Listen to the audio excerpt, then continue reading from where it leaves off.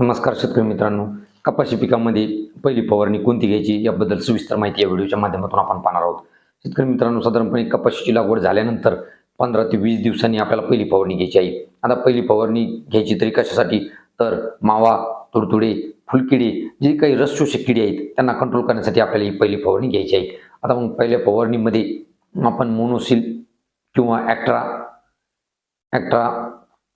ॲक्ट्राचं प्रमाण आहे 10 ग्रॅम प्रति 15 लिटर पंप किंवा इमिडाक्लोप्रिड 17.8% घटक असलेलं कुठल्याही कंपनीचं कीटकनाशक तुम्ही वापरू शकता. उदाहरणार्थ बायर कंपनीचं कॉन्फिडर, अशा ते 10 ते 15 मिली प्रति 15 लिटर पंप अशा पद्धतीचं प्रमाण घेऊन आपण फवारणी करू शकतो.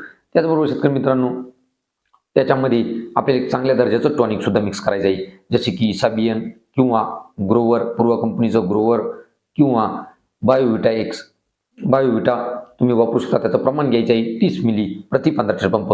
अशा पद्धतीचं कॉम्बिनेशन करायचं आहे. त्याचबरोबर स्टिकर वापरायला विसरायचं नाही. स्टिकरचं प्रमाण घ्यायचं आहे, सिलिकॉन बेस्ड स्टिकर वापरायचं आहे, त्याचं प्रमाण घ्यायचं आहे 5 ml प्रति 15 लिटर पंप. अशा तिन्ही गोष्टीचं कॉम्बिनेशन करून आपल्याला कपाशी पिकावरती फवारणी घ्यायची आहे. निश्चितच यामुळे आपल्या पिकाला फायदा होणार आहे. तुम्हाला व्हिडिओ कसा वाटला, आवडला असेल तर लाईक करा आणि आपल्या कापूस उत्पादक शेतकऱ्यांना पाठवू विसरू नका. धन्यवाद.